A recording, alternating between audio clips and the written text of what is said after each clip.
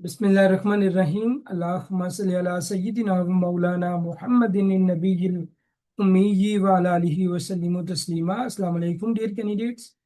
I am your mentor Mohammed Faizan and Excel Force personnel from EduSmart, the best coaching academy। और आज के day 6 में हम इंशाल्लाह लेक्चर नंबर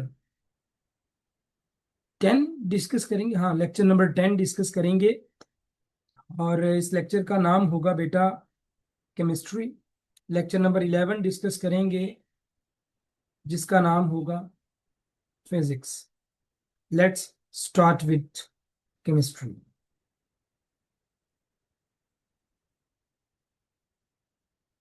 ये तो सिविल लेक्चर्स हैं। ओके जी, lecture number 10 is about chemistry.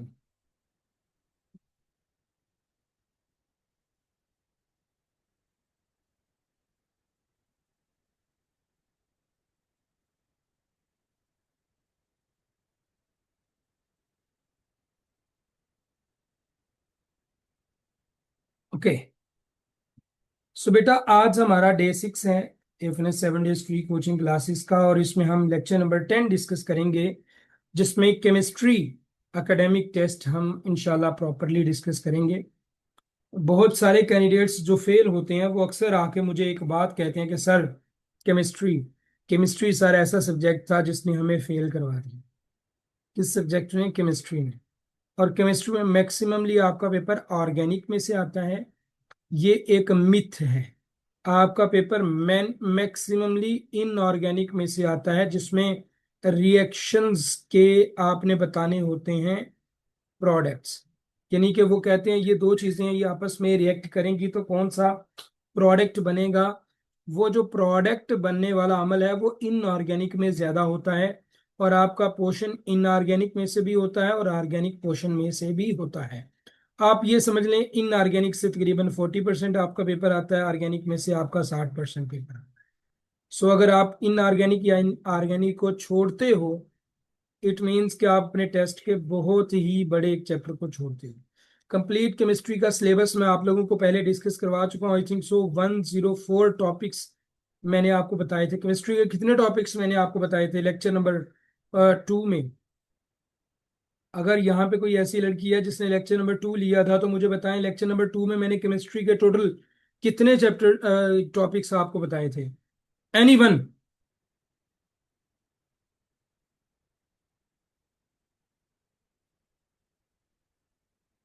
कोई भी नहीं है इधर, माशाल्लाह। ओके, कंप्लीट अगर केमिस्ट्री का बेटा सिलेबस देखेंगे तो इसमें 100 पहला टॉपिक है बेटा हमारा एटॉमिक स्ट्रक्चर। सेकंड है quantum numbers and electronic configuration. Third is periodic table and periodic trends. Fourth is chemical bonding. Fifth is molecular shapes and hybridisation. Six is mole concepts and stoichiometry. Seven है gas and gases laws. Eighth है acid and bases. Ninth number पे oxidation and reduction. Tenth number पे electrochemistry, chemical nomenclature, coordination compounds, organic functional compounds, isomerism, organic reactions mechanism, polymerization, benzene and aromatic compounds, Grignard reagents and organic synthesis। 19th number पे है chemical kinetics, and at the number 20 there are types of chemical reactions। out of 120 topics जो मैंने आप लोगों को बताए थे, मैं यहाँ पे जस्ट 20 डिस्कस कर रहा हूँ। बाकी टॉपिक्स वन बाय वन मैं यूट्यूब पे या डिस्कस करवा दूंगा या आप खुद देखेंगे। Okay, topic number 1। इसके अलावा बेटा अगर आप हमारी पेड क्लासेस ज्वाइन करना चाहो इस नंबर पे कांटेक्ट करके पेड क्लासेस ज्वाइन कर सकते हो। कंप्लीट कोर्स का बैच 3 हमारा स्टार्ट हो चुका है, और क्विक कोर्स का बैच 2 हमारा स्टार्ट हो चुका है। 15 जून से इनकी क्लासेस स्टार्ट हैं। जो भी बेटी ज्वाइन करना चाहे, कंप्लीट कोर्स की फी 8400 है और क्विक कोर्स की फी 2940 रुपये, 2914। Topic number 1, atomic structure। Atomic structure deals with the particles present inside an atom। An atom is made up of electrons, protons and neutrons। ठीक है, इलेक्ट्रॉन को क्या होता है? इलेक्ट्रॉन पे नेगेटिव चार्ज होता है, प्रोटॉन पे पॉजिटिव चार्ज होता है और न्यूट्रॉन पे न्यूट्रल चार्ज होता है। इसी तरह अगर देखा जाए तो एटम का जो दरमियानी हिस्सा है इसे न्यूक्लियस कहते हैं। ये जो बेटा न्यूक्लियस है ना, न्यूक्लियस के अंदर प्रोटॉन भी होते हैं और न्यूट्रॉन भी होते हैं। और ये जो न्यूक्लियस के गिर्द बने होते हैं दायरे से, इनको कहते हैं शेल्स। इनको क्या कहते हैं? शेल्स। इलेक्ट्रॉन जो है वो इन शेल्स में घूमते हैं। इलेक्ट्रॉन पे नेगेटिव चार्ज होता है, प्रोटॉन पे पॉजिटिव। किसी भी एटम, किसी भी एलिमेंट में number of electrons number of protons के बराबर होते हैं जब वो न्यूट्रल हालत में होता है, जब वो फ्री स्टेट में होता है। जो एक एटम के अंदर न्यूट्रॉन्स होते हैं ना, वो किसी भी एलिमेंट में डिफरेंट हो सकते हैं। एक ही एलिमेंट में डिफरेंट न्यूट्रॉन्स हो सकते हैं, इसीलिए उस एलिमेंट के फिर क्या बनते हैं? आइसोटोप्स। अगर पूछा जाए आइसोटोप्स डिफर किस तरह से होते हैं, तो आइसोटोप्स नंबर ऑफ न्यूट्रॉन्स की वजह से डिफरेंट होते हैं किसी भी एटम के। Okay. Bohr's model explain that. Bohr model कहता है कि इलेक्ट्रॉन जो है ना फिक्स्ड एनर्जी लेवल्स में या सेल्स में न्यूक्लियस के इर्द गिर्द घूमते रहते हैं, जो मैं अभी आपको बता के आया हूँ। Practice MCQs. Electron has, electron पे नेगेटिव चार्ज होता है, प्रोटॉन पे पॉजिटिव चार्ज होता है, न्यूट्रॉन न्यूट्रल होता है, या नो चार्ज भी आप कह सकते हो, या आप जीरो चार्ज भी कह सकते हो। डिपेंड्स अपॉन द ऑप्शंस जो पेपर में आएंगे। न्यूक्लियस कंटेन्स, न्यूक्लियस में प्रोटॉन्स भी होते हैं और न्यूट्रॉन्स भी होते हैं, ये मैं आप लोगों को बता चुका हूँ। और ये पेपर में कई दफा क्वेश्चन पूछा गया है कि न्यूक्लियस में प्रोटॉन्स भी होते हैं और न्यूट्रॉन्स भी होते हैं। Bohr model is related to fixed energy levels, chemical reactions only, acids, polymers. Right option is alpha, that जो इलेक्ट्रॉन है वो फिक्स्ड एनर्जी लेवल्स या शेल्स में घूमते रहते हैं। टॉपिक नंबर 2 है बेटा हमारा quantum numbers and electronic configuration. Quantum number की आपको फर्स्ट ऑफ ऑल तो सिंबल्स याद होने चाहिए, और सेकेंडली आपको ये बताना चाहिए कि डिफरेंट जो क्वांटम नंबर हैं उनकी पर्पस क्या है, उनका फंक्शन क्या है। बस ये दो चीजें तो मस्ट आपको पता होनी चाहिए। एज वेल इनके नंबर्स भी आपको याद होना चाहिए। अच्छा जी, quantum number describe the position energy of an electron in an atom. Electron की एनर्जी या पोजीशन को डिस्क्राइब करने के लिए क्वांटम नंबर बेटा यूज किए जाते हैं। There are only 4 quantum numbers जो हम पढ़ेंगे। पहला क्वांटम नंबर है प्रिंसिपल क्वांटम नंबर, और प्रिंसिपल क्वांटम नंबर को एन सिंबल से जाहिर किया जाता है। ये शेल या एनर्जी लेवल के नंबर को शो करता है, प्रिंसिपल क्वांटम नंबर। दूसरे नंबर पे हमारे पास एजीमुथल क्वांटम नंबर है, जिसको एल से जाहिर करते हैं, ऐसे करके ऐसे। ये सब शेल को या इसकी शेप को डिस्क्राइब करता है। थर्ड नंबर पे हमारे पास मैग्नेटिक क्वांटम नंबर है, जिसे एम से शो करते हैं, ये ऑर्बिटल रोटेशन को शो करता है। एंड फोर्थ नंबर पे हमारे पास स्पिन क्वांटम नंबर है, जो इलेक्ट्रॉन स्पिन डायरेक्शन को शो करता है। एंड आफ्टर दैट हमारे पास कुछ इंपॉर्टेंट रूल्स हैं, जिसमें पहला रूल है पुली एक्सक्लूजन प्रिंसिपल। इसके मुताबिक अब ये जो है ना derivations and definitions and laws, ये आपको आने चाहिए। पुली एक्सक्लूजन प्रिंसिपल क्या कहता है? No two electrons in an atom can have the same set of 4 quantum number. यानी कि किसी भी एटम के अंदर कोई भी इलेक्ट्रॉन्स तो बहुत ज्यादा होंगे ना, तो जो इलेक्ट्रॉन हैं वो एक इलेक्ट्रॉन दूसरे से हमेशा डिफरेंट होगा। उसके पास उसकी क्वांटम नंबर मतलब प्रिंसिपल क्वांटम नंबर अलग होगा। कोई पहले शेल में होगा, कोई दूसरे शेल में होगा, कोई किसी सब शेल में होगा, कोई किसी सब शेल में होगा। किसी की शेप गोल होगी, किसी की शेप चपटी होगी। सो कोई भी एक एटम के अंदर दो इलेक्ट्रॉन्स सेम नहीं हो सकते, उनके चारों के चारों क्वांटम नंबर डिफरेंट डिफरेंट। ठीक है, चार क्वांटम नंबर दो इलेक्ट्रॉन्स के लिए सेम नहीं हो सकते एक ही एटम के अंदर। और एक हुन्स रूल है। हुन्स रूल क्या कहता है? Electron first occupy orbital singly before pairing. Electrons जो है वो पहले ऑर्बिटल पे अपना कब्जा जमाते हैं, देन पेयर करते हैं। ओके। प्रैक्टिस एमसीक्यूज की बेटा बात करें। Principal quantum number is represented by principal quant से। एजीमुथल क्वांटम नंबर क्या बताता है? सब शेल की शेप बताता है। Spin quantum number is represented by S. Spin quantum number S से जाहिर किया जाता है। Pauli exclusion principle states that electron move in a circle only. No two electrons have same four quantum number, तो यही हमारा राइट ऑप्शन। ठीक। Hund's rule is about pairing after single filling. Topic number 3 is periodic table and periodic trend. ये जो trends है ना, ये paper में 2020, 21, 22, 23 में तो बहुत ज्यादा पूछेंगे। Okay, the periodic table arranges elements according to atomic number and properties. जो मॉडर्न पीरियाडिक टेबल है ना, मॉडर्न पीरियाडिक टेबल में एलिमेंट्स को एटॉमिक नंबर की बुनियाद पे जो है ना वो अरेंज किया गया in the groups and in the rows. जो था ओल्ड पीरियाडिक टेबल, या जिसे हम मेंडलीव का पीरियाडिक टेबल कहते थे, उसमें एटॉमिक मैस की या मैस नंबर के हिसाब से अरेंज किया गया। ठीक है, ये चीज याद रहेगी। जो ओल्ड एटॉमिक नंबर था, हाँ जी, आप लड़कियां कह रही हैं सर जो आपने टॉपिक बताए थे, कोई 170, कोई 107, कोई 120 बता रही हैं, 164 टॉपिक थे। और आपको पता क्यों होगा? क्योंकि आपने तैयारी करनी ही नहीं। ये तो मैं पागल हूं ना जो इतने सारे टॉपिक्स आप लोगों को बताए, आपने तो तैयारी नहीं करनी। ओके, टॉपिक हम जो डिस्कस कर रहे थे, पीरियोडिक टेबल का डिस्कस कर रहे थे। सबसे पहले हमारा बेटा मॉडर्न पीरियोडिक टेबल है। मॉडर्न पीरियोडिक टेबल में एटॉमिक नंबर की बुनियाद पे एलिमेंट्स को अरेंज किया गया है in the groups and in the rows. Groups कौन से होते हैं? ये नीचे को जो होते हैं ये ग्रुप्स हैं, ये रोज हैं जो हॉरिजॉन्टल लाइंस हैं। ठीक है। और ओल्ड जो पीरियोडिक टेबल था, जिसे हम मेंडलीव का पीरियोडिक टेबल भी कहते थे, उसमें एटॉमिक मास की बेस पे एलिमेंट्स को अरेंज किया गया था। अब हम इंपॉर्टेंट पीरियोडिक ट्रेंड्स को बेटा पढ़ लेते हैं। पहला ट्रेंड है एटॉमिक रेडियस का। एटॉमिक रेडियस क्या करता है? Generally decrease across a period and increase down the group.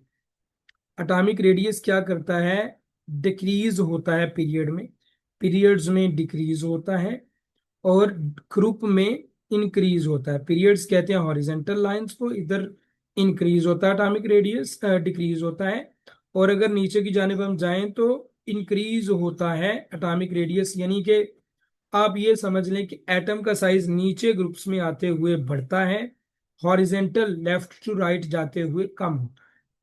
उसके बाद बेटा आयोनाइजेशन एनर्जी आ गई। आयोनाइजेशन एनर्जी पीरियड में इंक्रीज करती है, ग्रुप में डिक्रीज करती है। इलेक्ट्रोनेगेटिविटी पीरियड में इंक्रीज करती है, ग्रुप में डिक्रीज करती है। Electron affinity in energy change when atom gains an electron. इसकी डेफिनेशन है shielding effect, inner electrons reduce nuclear attraction on outer electrons. बेटा आप आ जाते हैं प्रैक्टिस एमसीक्यूज पे। Modern periodic table is based on atomic mass, atomic number, neutron number या molecular mass. तो मॉडर्न पीरियोडिक टेबल मैंने बोला है atomic number. Mendeleev arranged elements according to atomic number, atomic mass, atomic mass, mass number भी हो सकता है। ठीक।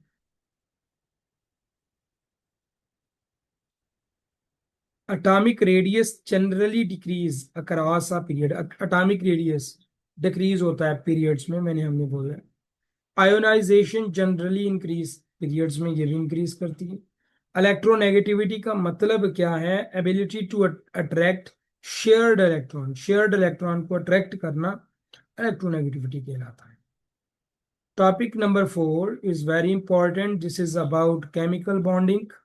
केमिकल बॉन्डिंग का मतलब है कि दो इलेक्ट्रॉन्स का नहीं, दो एलिमेंट्स का आपस में जुड़ जाना और एक पेयर बनाना, और उस पेयर के नतीजे में कोई ना कोई चीज का वजूद में आना किसी कंपाउंड का, इज कॉल्ड केमिकल बॉन्डिंग। अगर हम टाइप्स ऑफ बॉन्ड्स बेटा पढ़ें तो इसकी तो एग्जांपल्स बड़ी दफा पूछी गई हैं। टाइप ऑफ बॉन्ड्स में आयनिक बॉन्ड है। आयनिक बॉन्ड में क्या होता है कि NaCl, यहां से एक इलेक्ट्रॉन Na को मिलता है और ये Na देता है क्लोरीन को एक इलेक्ट्रॉन, और आपस में ये मिलके NaCl बना देते हैं, कंपाउंड बना देते हैं। तो इसमें Na यानी सोडियम से एक इलेक्ट्रॉन क्या होता है? क्लोरीन को मुकम्मल शेयर हो जाता है, ट्रांसफर हो जाता है। इसे हम कहते हैं, जिसमें मुकम्मल इलेक्ट्रॉन ट्रांसफर हो जाए, आयनिक बॉन्डिंग। Na प्लस भी आयन होता है, क्लोरीन नेगेटिव भी आयन होता है। ठीक हो गया। तो आयन्स आपस में मिलते हैं आयनिक बॉन्डिंग बनाने। कोविलेंट बॉन्ड में क्या होता है, कोविलेंट बॉन्ड में इलेक्ट्रॉन शेयर किया जाता है, ट्रांसफर नहीं होता। तो म्यूचुअल शेयरिंग ऑफ इलेक्ट्रॉन की वजह से कोविलेंट बॉन्ड बनता है। कोऑर्डिनेट कोविलेंट बॉन्ड क्या होता है, पेयर ऑफ इलेक्ट्रॉन डोनेट होता है। किसी एक एटम, कोई एक एटम NH4+ आई थिंक सो आयन है जो कोऑर्डिनेट कोविलेंट बॉन्ड देता है। तो इसमें क्या होता है, NH3 को H जो है ना वो एक पेयर ऑफ इलेक्ट्रॉन देता है, आई थिंक सो ऐसे। Metallic bond, bond between metal atoms due to delocalised electrons is called metallic bond. Ionic bond कैसे बनता है, ट्रांसफर ऑफ इलेक्ट्रॉन से। कोवेलेंट बॉन्ड कैसे बनता है, म्यूचुअल शेयरिंग ऑफ इलेक्ट्रॉन से। NaCl एक आयनिक बॉन्ड है। Metallic bond involves delocalised electrons. Coordinate covalent bond is formed when एक एटम डोनेट करे पेयर ऑफ इलेक्ट्रॉन्स, तो बेटा फिर कोऑर्डिनेट कोवेलेंट बॉन्ड बनता है। Topic number 5 is molecular shapes and hybridisation. आपके पेपर में अगर इनऑर्गेनिक में से देखा जाए तो हाइब्रिडाइजेशन और किसी भी एटम की जो शेप पूछी जाती है उसका एक एमसीक्यू तो पक्का पूछा था। अच्छा जी, molecular shape describe the arrangement of an atom in a molecule. VSEPR theory explains molecular shapes by repulsion between electron pairs. ये याद रखिएगा वेस्पर थ्योरी। कॉमन हाइब्रिडाइजेशन की बात करें तो sp हाइब्रिडाइजेशन होती है जो कि लीनियर शेप देती है। sp2 hybridisation triangular planar shape देती है और sp3 टेट्राहेड्रल शेप देती है, अक्सर ये पूछी जाती है। अच्छा जी, जो इंपॉर्टेंट शेप्स हैं वो लीनियर है, बेंट है, ट्रायंगुलर प्लेनर है और टेट्राहेड्रल है। आपने अपनी बुक से ये शेप्स याद करनी है कि कौन सा मॉलिक्यूल कौन सी शेप देता है, ठीक है। वेस्पर थ्योरी एक्सप्लेन करती है मॉलिक्यूलर शेप्स को। sp हाइब्रिडाइजेशन देती है linear shape. sp2 hybridization is commonly tetrahedral. Dipole moment is related to polarity, atomic number only, neutrons, gas laws. The right option is polarity. Methane has approximately alpha tetrahedral shape. ठीक है। Topic number 6 is about mole concepts and stoichiometry. Mole concept is used to count atoms, molecules and ions. Important terms इसमें Avogadro numbers हैं। Avogadro number का मतलब होता है 6.02 into 10⁻23 particles. Molar mass का मतलब होता है mass of 1 mole of substance. Empirical formula simplest whole number ratio होता है। Molecular formula actual formula of compound होता है। स्टेचियोमेट्री का मतलब है कि केमिकल्स इक्वेशंस की कैलकुलेशन बेस्ड तस्वीर बनाना। Okay, practice MCQs. Avogadro number is 6.02 into 10⁻23। Empirical formula show करता है simplest ratio of atoms. Molecular formula show करता है actual number of atoms. Stoichiometry is based on balanced chemical equation. Percentage yield is, actual yield को ऊपर रखें, theoretical yield को नीचे रखें, ज़रब 100 करें, आपको परसेंटेज यील्ड मिल जाएगी। आपको एक्चुअल यील्ड के बारे में भी पता होना चाहिए, थ्योरेटिकल यील्ड के बारे में पता होना चाहिए, और यहाँ पे आपको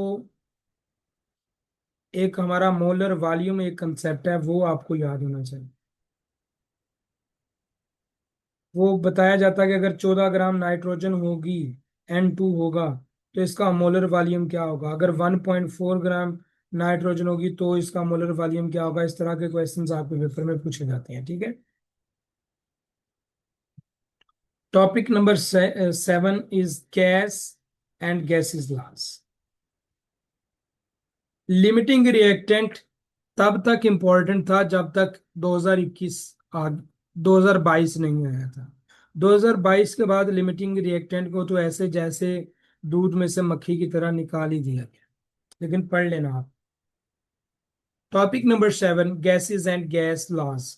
gas laws explain the relationship between pressure, volume, temperature and moles of gases. यहाँ पे एक बड़ी इंपॉर्टेंट चीज अक्सर पेपर में जो पूछी जाती है वो ये कि बॉयल्स लॉ में ना, बॉयल्स लॉ में टेम्परेचर कांस्टेंट रखा जाए। चार्ल्स लॉ में प्रेशर कांस्टेंट रखा जाता है। एवोगैड्रो लॉ में टेम्परेचर भी और प्रेशर भी कांस्टेंट रखा जाता है। ठीक है, ये याद रखिए। अब आ जाते हैं Boyle's law. Boyle's law, pressure is inversely proportional to volume. क्योंकि इसमें टेम्परेचर कांस्टेंट रखा जाता है तो प्रेशर वॉल्यूम के इनवर्सली प्रोपोर्शनल। चार्ल्स लॉ में प्रेशर कांस्टेंट रखा जाता है, वॉल्यूम डायरेक्टली प्रोपोर्शनल हो गया टेम्परेचर के। एवोगैड्रो लॉ में प्रेशर भी और टेम्परेचर भी कांस्टेंट रखे जाते हैं, और एवोगैड्रो लॉ में वॉल्यूम डायरेक्टली प्रोपोर्शनल होता है नंबर ऑफ मोल्स। ठीक है।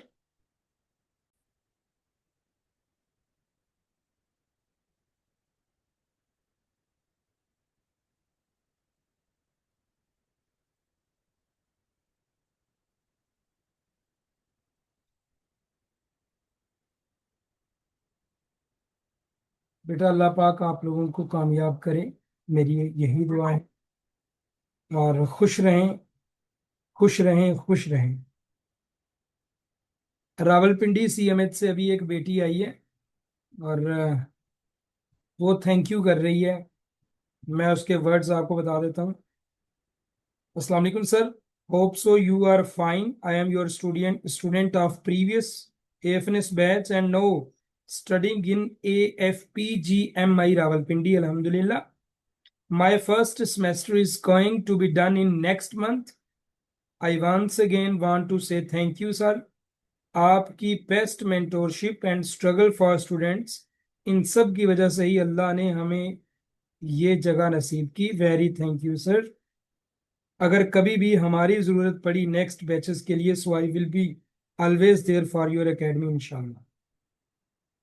थैंक यू बेटा।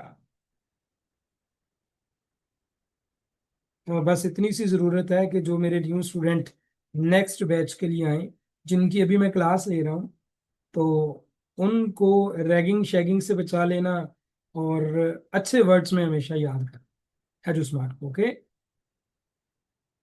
अगर किसी का कोई क्वेश्चन है तो अभी मैं पूछ सकता हूँ।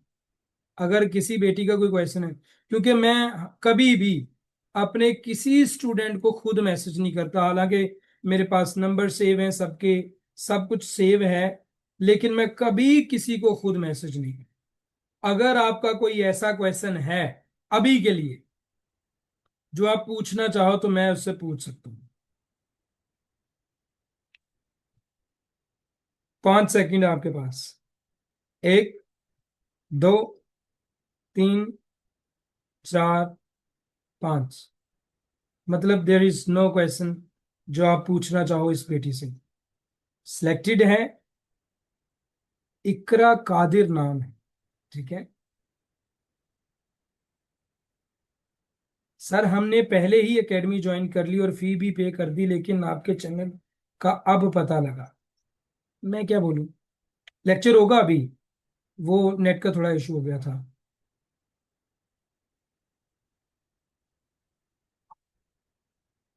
इस बेटी से कोई क्वेश्चन है फिर इसके बारे में अगर कोई पूछना है तो? इस बेटी के बारे में अगर कोई क्वेश्चन है, आपने अगर पूछना है तो?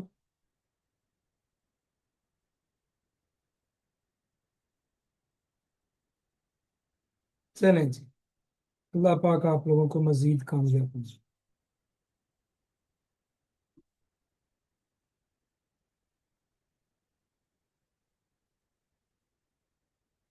बस ठीक है जी, होगी ये बेटी से बात।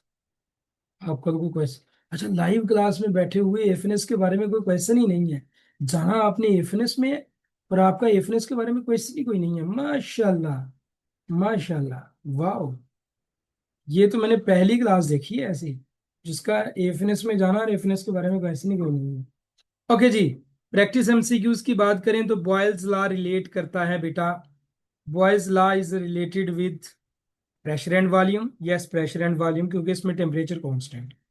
Charles law relate with volume and temperature. Yes, volume and temperature, क्योंकि इसमें प्रेशर कांस्टेंट होता है। Ideal gas equation PV is equal to nRT, ये आइडियल गैस इक्वेशन है। Real gases deviate from ideal behaviour at जो real gases है वो deviate करती हैं आइडियल बिहेवियर से at high pressure and low temperature. Question number 5, Avogadro's law relate volume with number of moles. Next हमारे पास topic number 8 है acid and basis. ये तो मैं आप लोगों को इतनों इतनों सा पढ़ा रहा हूँ, सीधी सी बात है। मैं आपको ओरिजिनली बता रहा हूँ कि ये बिल्कुल टॉपिक आपको इतनों इतनों सा पढ़ा रहा हूँ, और उनमें से भी ये कि इन टॉपिक्स में से जो एमसीक्यूज कभी कभी पहले आ चुका है वो एमसीक्यूज इधर रिपीट हो रहे हैं। बाकी इन टॉपिक्स को इन डिटेल तो मैं स्टडी आपको नहीं करवा सकता कि एक ही दिन में मैं 20 टॉपिक स्टडी करवा दूं। हाँ, कंप्लीट कोर्स में जो बच्चियां होंगी वो स्टडी करेंगी। कंप्लीट कोर्स में अभी इंग्लिश के लेक्चर्स ले रही हैं बेटियां, आप उनसे पूछ सकती हैं, आप कम्युनिटी में मैसेज करें कि इंग्लिश के लेक्चर कैसे हुए हैं, सर ने कैसे दिए हैं, तो आपको पता चलेगा कि यस, डीपली हमने स्टडी किया एकेडमी को। Okay, acid and basis. इस अभी हमारा वर्बल नॉन वर्बल खत्म हुआ है और हम एकेडमिक की तरफ अभी आए हैं। इंग्लिश के जस्ट 3 लेक्चर्स हुए हैं अभी जस्ट कंप्लीट कोर्स की, लेकिन विद इन अ मंथ इंशाल्लाह मैंने उनका एकेडमिक इंशाल्लाह फेंक देना साइड पे। Okay, acid and bases. Acid and bases are important chemical substance theories. Arrhenius theory: acids produce H plus ions in water, bases produce hydroxyl ions in water. Acids जो है वो हाइड्रोजन आयंस वाटर में produce करते हैं Arrhenius theory के मुताबिक, और basis जो है वो हाइड्रोक्सिल आयंस प्रोड्यूस करते हैं। ब्रोंस्टर ल्यूरी थ्योरी क्या कहती है कि ब्रोंस्टर लोरी थ्योरी ये कहती है एसिड प्रोटॉन डोनेट करते हैं, बेस प्रोटॉन एक्सेप्ट करते हैं। लेविस थ्योरी क्या कहती है एसिड बेसिस के बारे में? वो कहती है कि एसिड इलेक्ट्रॉन पेयर एक्सेप्ट करते हैं, बेसिस डोनेट करते हैं इलेक्ट्रॉन पेयर। अब आगे पीएच एंड पीओएच। याद रखना बेटा, पीएच एक होती है पीओएच। ये बेसिकली हाइड्रोजन आयंस है और ये बेसिकली हाइड्रोक्सिल आयंस है। दोनों की न्यूट्रल वैल्यू 7 होती है, दोनों की न्यूट्रल वैल्यू 7 होती है। अगर पीएच 7 से कम हो, यानी 6, 5, 4, 3, 2, 1, तो ये बेसिकली एसिड होता है। और अगर पीएच 7 से ज्यादा हो, 8, 9, 10, तो ये क्या होती है? ये बेस होती है, ये याद रखिए। इसी तरह पीयूएच का मामला ये है, अगर पीयूएच ज्यादा होगी 8, 9, 10, तो वो एसिड होगा, और अगर पीयूएच कम होगी 6, 5, 4, तो ये बेस होगी। पीएच और पीयूएच, जो मैं अब आपको मेन चीज बताने लगा हूं, इनका मजमुआ 14 होता है।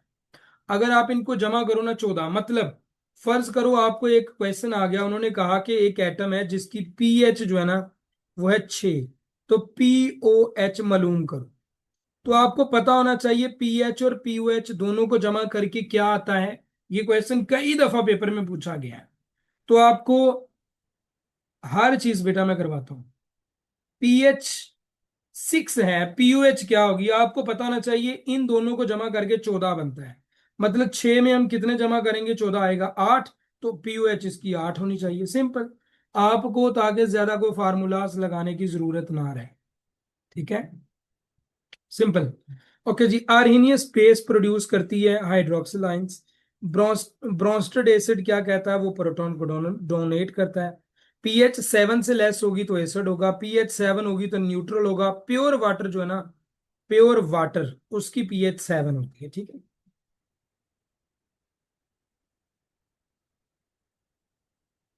Topic number 9 is about oxidation and reduction. Redox reaction basically इसका टॉपिक है।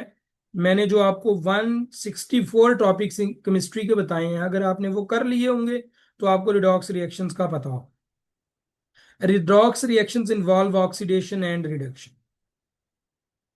ऑक्सीडेशन क्या होती है? लॉस ऑफ इलेक्ट्रॉन या इंक्रीज इन ऑक्सीडेशन नंबर। अब याद रखना, लॉस ऑफ इलेक्ट्रॉन का मतलब ही ये होता है कि ऑक्सीडेशन नंबर का इंक्रीज करना, और गेन ऑफ इलेक्ट्रॉन का मतलब ही ये होता है कि ऑक्सीडेशन नंबर का डिक्रीज करना। ऑक्सीडेशन नंबर अगर डिक्रीज हो रहा है तो रिडक्शन हो रही है, ऑक्सीडेशन नंबर इंक्रीज हो रहा है तो ऑक्सीडेशन हो रही है। ऑक्सीडेशन का मतलब क्या होता है? Loss of electron. रिडक्शन का मतलब क्या होता है? Gain of electron. Oxidation number increase होता है कब? जब ऑक्सीडेशन हो रही है। ऑक्सीडेशन एंड रिडक्शन अकर करती है at a place at same time होती है टुगेदर। रिडॉक्स रिएक्शन में ऑक्सीडेशन भी होती है, रिडक्शन भी होती है और इलेक्ट्रॉन ट्रांसफर होता है। टॉपिक नंबर 7 की बेटा अगर हम बात टॉपिक नंबर 10 की अगर हम बेटा बात करें तो इलेक्ट्रोकेमिस्ट्री इसका टॉपिक है। Electrochemistry deals with chemical reactions involving electricity. Important terms हैं ये बेटा। इलेक्ट्रोकेमिकल सेल जो होता है वो केमिकल एनर्जी को इलेक्ट्रिकल एनर्जी में चेंज करता है। कई दफा ये पेपर में आ चुके हैं ये टर्म्स। गैल्वेनिक सेल क्या करता है, प्रोड्यूस करता है electricity from spontaneous reactions. Electrode potential क्या करता है, tendency of electron to gain or lose electron. Redox titration क्या होती है, titration based on oxidation reduction reactions. Practice MCQs. Electrochemistry deals with electricity and chemical reactions. Galvanic cell produce electrical energy. Electrochemical cell involves redox reaction. Electrode potential is tendency to gain or lose electrons. Redox titration is based on oxidation reduction. Topic number 11 is about chemical nomenclature. और इसके जो chemical nomenclature means naming chemical compounds according to rules IUPAC names. कभी कभी एक आध MCQs DI Khan में, DG Khan में, पनुआकिल centre में, हैदराबाद सेंटर में और कोयटा सेंटर में कभी कभी ये MCQs आता IUPAC में। ठीक है जी। ये डिफरेंट, जैसे NaCl का कॉमन नेम है sodium chloride, HCl in water is called hydrochloric acid. Stock nomenclature use Roman numerals. Salts are formed by the reaction of acid and bases. But ये कोई MCQs नहीं है। अगर आपने इस टॉपिक को कंप्लीटली तैयार करना है तो आपको कॉमनली IUPAC नेम्स का पता होना चाहिए जो आपके बुक में दिए गए हैं, जिन भी कंपाउंड्स के, जिन भी एलिमेंट्स के। Topic number 12 is about the coordination number. Compounds contain a central metal atom or ion surrounded by ligands. Ligands क्या होते हैं, ion or molecule attached to a central atom. फर्ज करो ये एक सेंट्रल एटम है, इसके साथ डिफरेंट तरह से कुछ एलिमेंट अटैच होंगे या एटम अटैच होंगे। ये जो सेंट्रल एटम है इसको सेंट्रल एटम कहते हैं। इनको क्या कहते हैं, लाइजेंड्स, जो कि इनके साथ अटैच होते हैं। ये आयन भी हो सकते हैं, मॉलिक्यूल्स भी हो सकते हैं। कोऑर्डिनेशन नंबर की बात करें, number of ligand donor atoms attach to a central atom. Central atom के साथ जितने भी एटम्स जुड़े हुए हैं इनको, इनकी तादाद को कोऑर्डिनेशन नंबर कहते हैं। कंप्लेक्स आयन क्या होता है, central ion, central metal with attached ligands, ये कंप्लेक्स आयन होता है। फर्ज करो नाइट्रोजन है वो 4 H आयंस के साथ जुड़ा हुआ है, H+ आयंस के साथ, तो NH4+ आयन जो है ये एक कंप्लेक्स आयन हो गया। ये सेंट्रल एटम नाइट्रोजन हो गया और H जो है 4 जुड़े हुए हैं, कोऑर्डिनेशन नंबर 4 हो गया। यही सिंपल चीज है। इन प्रैक्टिस MCQs को अब आपने खुद पढ़ लिया, ठीक है।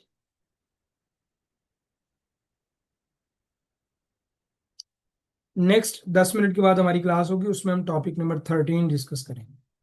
10 मिनट के बाद दोबारा से क्लास।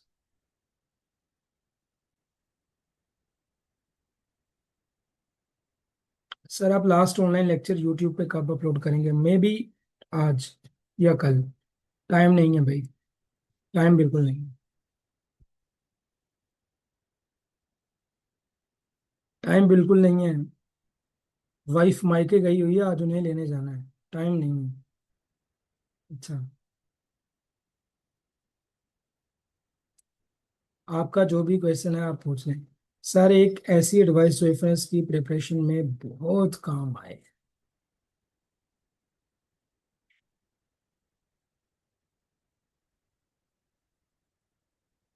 मेहनत करें,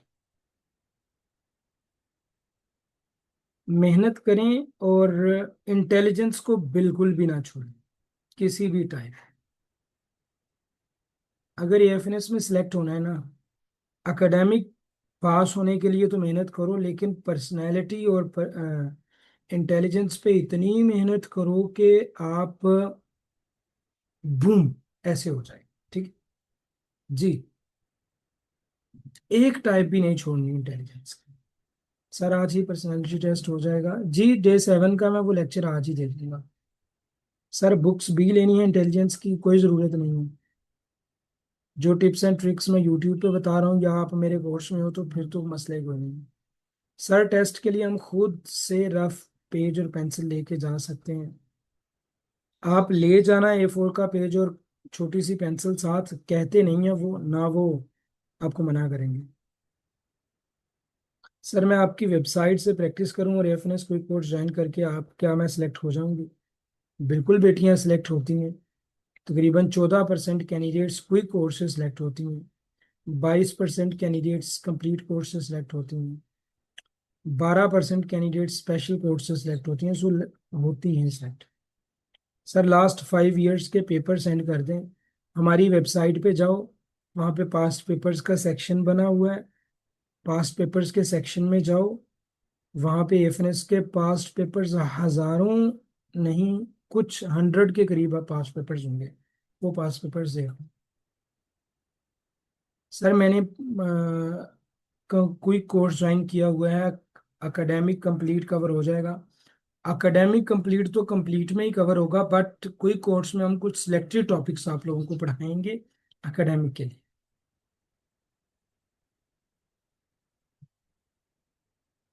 सर आपकी वेबसाइट से पीडीएफ डाउनलोड नहीं होते। मैंने तो किए हुए हैं डाउनलोड, आपका पता नहीं। मैंने तो हर एक चीज चेक की होती है, वो तो डाउनलोड होती है।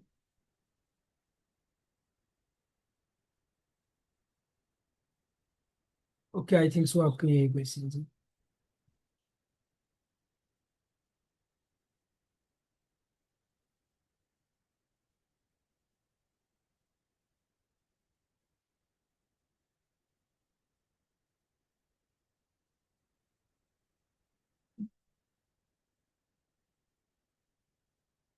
ओके बेटा, टॉपिक नंबर 13 है हमारा organic functional groups. Functional groups are specific groups of atoms that determine the properties and reactions of organic compounds. अब ये जितनी चीजें लिखी हुई हैं, alcohols, aldehydes, ketones, carboxylic acids, esters, amines, halides, ethers, nitriles, organic acids, मुझे नहीं पता, इनके फंक्शनल ग्रुप भी आपको आने चाहिए। ये बनते कैसे हैं, प्रिपेयर कैसे होते हैं, ये सारी चीजें, ये भी आपको पता आना चाहिए।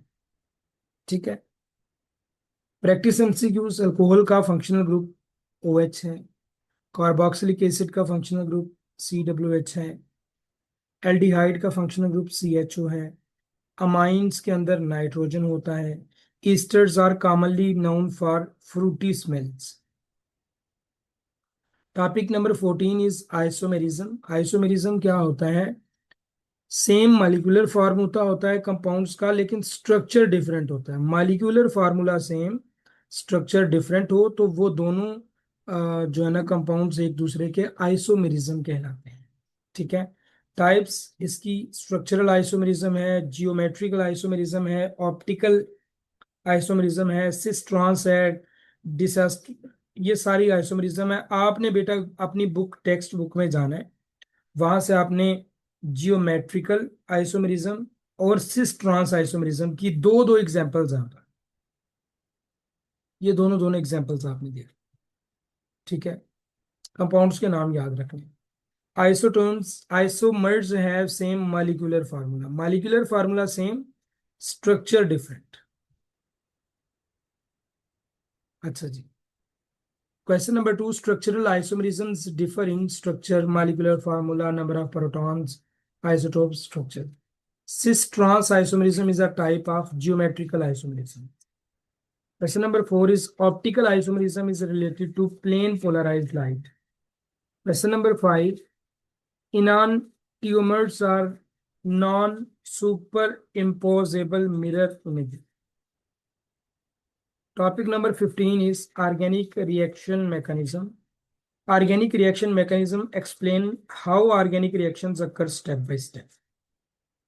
इंपॉर्टेंट मैकेनिज्म्स अब ये हैं जी, electrophilic addition, nucleophilic substitution, SN1 mechanism, SN2 mechanism, addition to alkenes and alkyne substitutions in aromatic compounds, इनके बेटा कुछ रिएक्शंस हैं आपकी बुक में, वो आपको रिएक्शंस भी आने चाहिए। Electrophile is electron loving species, neutron loving species, water only, matter only. The right option is alpha, electron loving species. Nucleophile is nucleus loving, electron rich species, proton only, neutron only, gas only. The right option is alpha, nucleus loving. SN1 reaction usually involves carbocation intermediate. SN2 reactions occur in one step. Alkenes commonly undergo addition reactions. Alkenes जो है ना ये addition reactions देती हैं commonly. Topic number 16 is about polymerisation. Polymerisation क्या होती है? Polymerisation is the process in which small molecules called monomers join to form large molecules. Small molecules जुड़ते हुए और लार्ज मॉलिक्यूल्स बनते हैं, इनको कहते हैं polymerisation. Sir physics chemistry biology English का सिलेबस एंड कर दें। आपने लेक्चर नंबर 2 लिया था? अगर नहीं लिया तो यूट्यूब से जाके डे 2 का लेक्चर देखो, आपको मिल जाएगा सिलेबस, मुझे नहीं बार बार कहना। Addition polymerization. Monomers add together without loss of small molecules. In small molecules एक दूसरे के साथ जुड़ते हैं लेकिन लॉस नहीं होता, इसे एडिशन पोलीमराइजेशन कहते हैं। दूसरा है कंडेंसेशन पोलीमराइजेशन, जिसमें लॉस भी होता है स्मॉल मॉलिक्यूल्स का, लाइक वाटर्स। ठीक है। Polymers is made up of monomers. पोलीमराइजेशन का मतलब है formation of polymers. Addition polymerisation occur without loss of small molecule. Condensation में स्मॉल मॉलिक्यूल्स का लॉस होता है। बायोडिग्रेडेबल पॉलीमर्स क्या होते हैं? ब्रोकन डाउन नेचुरली, जो नेचुरली ब्रोक डाउन हो जाते हैं। Topic number 17 is benzene and aromatic compounds. Benzene is an aromatic compound with formula C6H6। It has ring structure, shows resonance. अब आपको पता होना चाहिए बेंजीन रेजोनेंस शो करती है, ये कितनी दफा पेपर में आ चुका है, कितनी दफा। इसके इंपॉर्टेंट रिएक्शंस हैं electrophilic substitution, nitration of benzene, Friedel Crafts alkylation, halogenations और सल्फोनेशन। अब आपने क्या करना है, ये जो रिएक्शंस आपने पढ़े हैं ना, इनमें प्रोडक्ट क्या होता है और रिएक्टेंट क्या होते हैं, और सबसे ज्यादा जो इंपॉर्टेंट है वो क्या है कि किसकी मौजूदगी में, presence of which catalyst used in this reaction. मतलब फ्राइडल क्राफ्ट अल्काइलेशन में कौन सी कैटालिस्ट यूज होती है। नाइट्रेशन ऑफ बेंजीन का बेसिकली जो प्रोडक्ट है हजारों दफा पेपर में पूछा जा चुका है। हेलोजिनेशन में कौन सी कैटालिस्ट यूज होती है। सल्फोनेशन में क्या होता है। अच्छा जी, aromatic compounds are stable due to delocalised electrons. हजारों दफा ये क्वेश्चन पेपर में आ चुका है। Formula benzene C6H6। Benzene mainly undergo electrophilic substitution, हजारों दफा पेपर में आ चुका है। Nitration of benzene introduce nitro group. Benzene stability is due to resonance. Friedel Crafts alkylation is related to alkylation या acylation of benzene. Important. Organic का अगर सबसे इंपॉर्टेंट चैप्टर देखना होगा तो ग्रीगनार्ड के कम से कम 8 रिएक्शंस हैं आपके पेपर में, किसी भी चले जाओ, सिंध में चले जाओ, पंजाब में चले जाओ, फेडरल में चले जाओ, ग्रीगनार्ड रिजेंट के 8 रिएक्शंस हैं। 8 रिएक्शंस में कभी कभी 6 रिएक्शन भी एक एक पेपर में पूछे गए हैं जी। ग्रीगनार्ड रिएजेंट के 6 रिएक्शंस भी एक एक पेपर में पूछे गए हैं। Grignard reagents are important reagent used in organic synthesis. Grignard reagent का फार्मूला RMgX है। They are highly reactive used to form carbon carbon compounds. General formula RMgX हम पढ़ चुके हैं। Grignard reagent contain magnesium, sodium only, calcium only, iron, magnesium, Mg है ना। Grignard reagent are used in organic synthesis. Grignard reagent is highly reactive, helps to form carbon carbon bonds. इधर वो MCQs कोई भी नहीं है, वो क्या करते हैं, ग्रीगनार्ड रिएजेंट प्लस अल्कोहल के साथ अगर रिएक्ट करेगा तो क्या बनेगा। सिंपल, सीधे सीधे रिएक्शंस वो आपको बताते हैं और आपने उन रिएक्शंस का प्रोडक्ट बताना होता है। तो ग्रिगनार्ड रिएजेंट वाले जितने भी रिएक्शंस हैं वो आपने याद करने। Topic number 19 is about chemical kinetics. Chemical kinetics is the study of rate of reactions and factors affecting it. Study of rate of reactions, chemical kinetics. यही MCQs कई दफे पेपर में आ चुके हैं। Important terms: rate of reactions, rate law, first order, second order, activation energy, collision theory. सबसे important इसमें है जी activation energy. और ये जो फैक्टर इफेक्ट करते हैं रेट ऑफ रिएक्शन, टेम्परेचर ज्यादा होगा रेट ऑफ रिएक्शन ज्यादा होगा, कंसंट्रेशन अगर रिएक्टेंट्स की ज्यादा होगी रेट ऑफ रिएक्शन ज्यादा होगा, सरफेस एरिया ज्यादा होगा रेट ऑफ रिएक्शन ज्यादा होगा, अगर कैटलिस्ट डालेंगे रिएक्शन में रिएक्शन तेज हो जाएगा। नेचर ऑफ रिएक्टेंट्स पे भी इफेक्ट करते हैं रेट ऑफ रिएक्शन को। Chemical kinetics studies rate of reaction, catalyst speeds up the reaction, activation energy ये आप देखना, minimum energy required for reaction is called activation energy. Important है।